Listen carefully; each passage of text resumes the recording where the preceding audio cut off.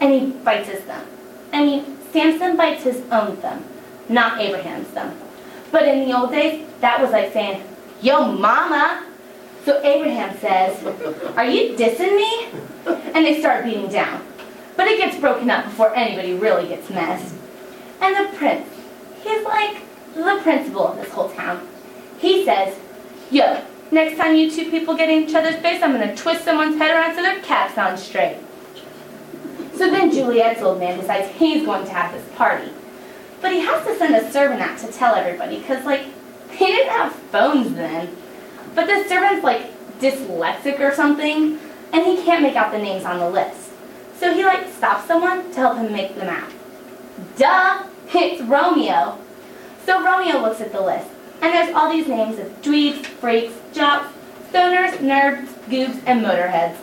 But then he sees Rosalind's name. She's this chick that he thinks is really fly. So he decides he's going to crash the party, which is easy, because it's a masquerade party. Meanwhile, Juliet's mom is trying to fix Juliet up with this guy named Paris. Is that a dorky name or what? Romeo goes to the party, even though he's totally bummed, because he loves Rosalind, and, like, thinks she doesn't love him back. But Romeo's homie, Mercutio, tells him, "Chill, just go, party down. There's going to be some fly babes there." So Romeo gets to the party and starts checking out the chicks. He sees Juliet and goes, "Who's that, babe?" And Juliet goes, "Who's that, hunk?"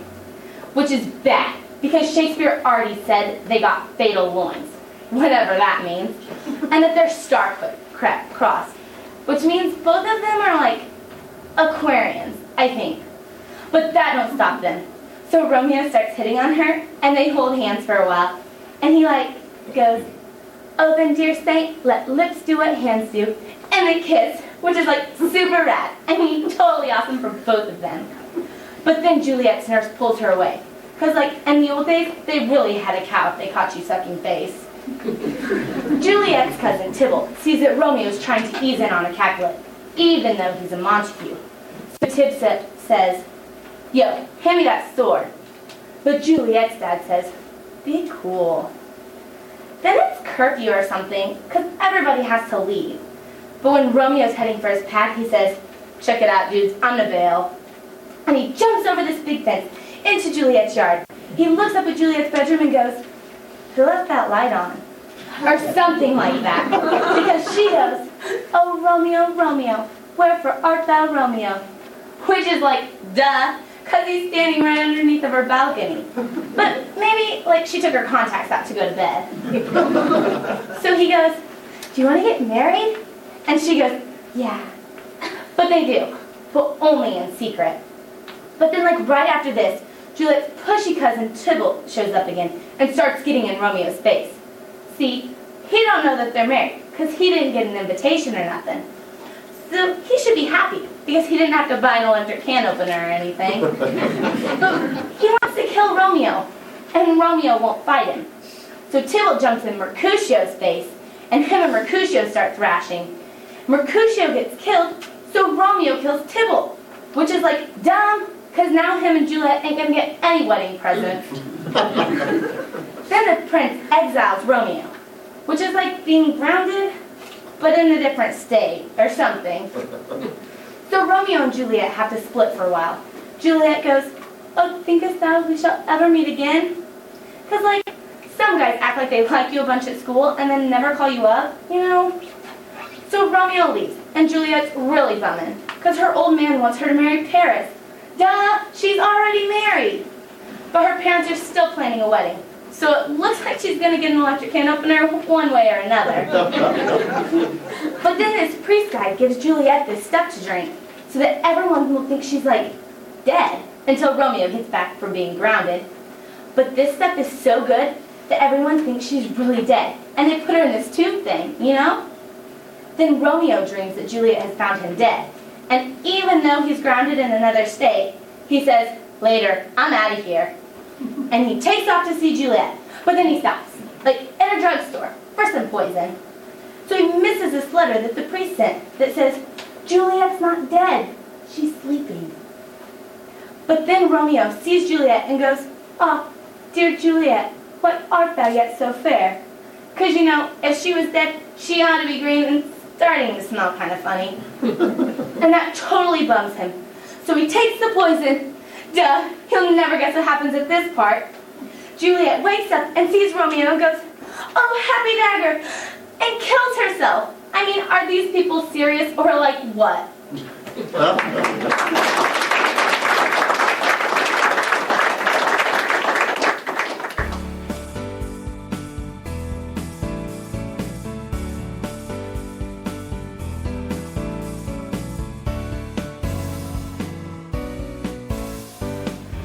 Some said it would never replace radio. Some call it the idiot box. Some use it as a way to avoid conversation at dinner. But whatever form it's taken, it's grabbed hold of our collective conscience. Like a dying man falling off a mountain, clinging so hard to the edge of a canyon that it made his fingernails bleed. That's right, television. And tonight we'll be taking you through a brief history of television And commercials. as a way of getting to know more about this great country of ours. And ourselves. The history of television, condensed. By John C. Havens. First off, the ancient origin of television. It is a little known fact that TV did not have its origin in the 20th century. No, TV was invented long before, during ancient caveman times, by this man. The contemporaries would have called him something like this. Me, Raffy, Ling Fang Ha. But for the purpose of this demonstration, we'll call him Unibrow, Dull-Eyed, Hairy Bat Freak Show. Or Harry for short. Anchoku. And Anchoku to you. It was an ordinary day for Harry. He had just slain a prehistoric bison, washed his loincloth in subarctic water, and lost a digit or two while wrestling a boar. In the evening, however, Harry liked to play a game he simply called Singe. Singe consisted of lighting himself on fire and seeing how long he could stand the pain before rolling on the ground to put himself out.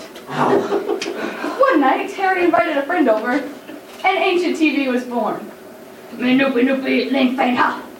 Harry, love what you done with the place. Where'd you get the woolly man with the test chair? IKEA. Oh, tippy tippy hoo. Want to see something totally cool? Murray, always. Scrundy underpants. Help light me on fire. Solcom! Look, the image cast from your shadow and the fire create moving pictures. This could be a way we can translate ideas into stories for generations to come. You got that all from the word skultum? Unfortunately, however, Harry died in this last game of Singe, and TV as we know it would have to wait for later years. So now we skip ahead to the invention of modern television. Hey, Ma! Enter Crawford T. Embellishment, good old boy from Biloxi, Mississippi, the true inventor of modern television.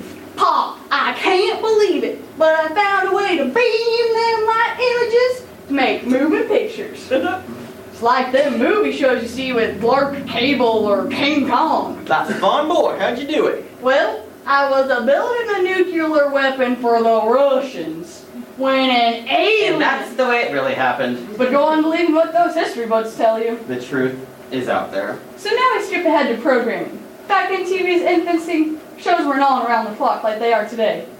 No. Families used to sit around and watch this for hours. Hurry up, everybody. It's almost on. And that's all for Uncle Milty right now. Tune in next week for more Milton Burley comedy and adventures. I love this part. 2 hours later.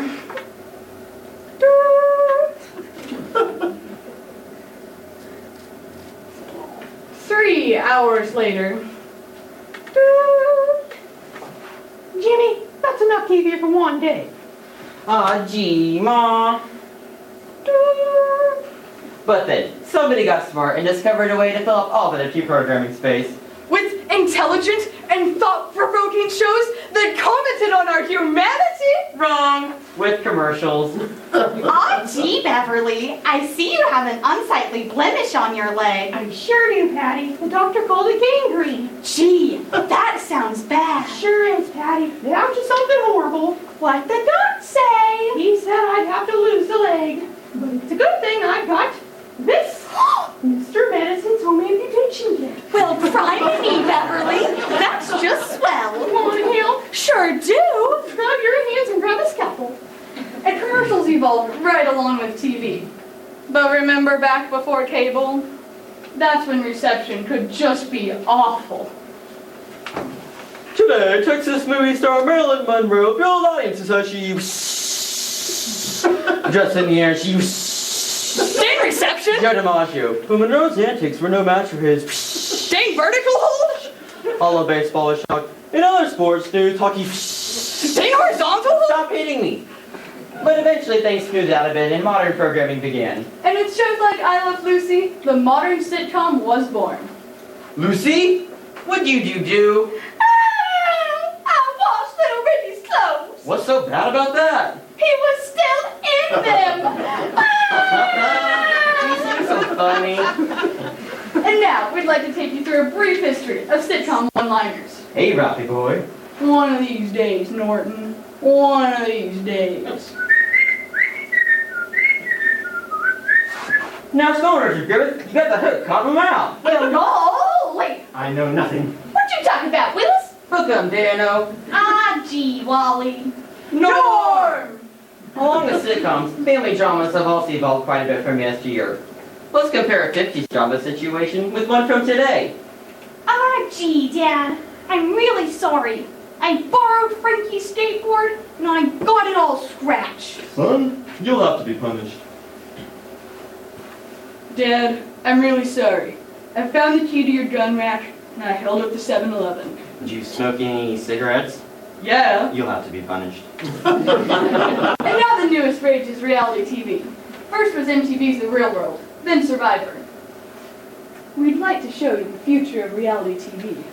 A bold and daring glimpse into the human soul as demonstrated by the cutthroat world of amateur bowling. It's called Between the Lanes. Nice shot, buddy. And commercials evolved right along with the fast-paced, high-tech world of technology. It's e-business going at the speed of hyper-technology. But you don't want to be left behind. That's why you need to design a website that doesn't just have all the newest bells and whistles. It's designed to motivate your customers and hurl them into the future, like a roller coaster flung off its tracks. That's why you need a drink that's got zest, and a car that says you've got way too much money and just want to make everyone else feel inferior. So lather up a soap that makes your skin come alive. With an online trading company that makes sense out of the madness. You see, folks, eventually the web and the TV will become the same unit. You'll leave that glowing machine on 24 hours a day. That object that you ordered will be delivered to your house in seconds. By urbanfetch.com. You know, it seems technology's making life easier. But it's really just making life much more confusing. Who's to say reality TV hasn't gone too far? What if without our knowing, we're all being watched right now by some unseen television deity who's controlling our destinies? Here, eat this bug. Thank you, and have a great night. Get that dog spayed and neutered.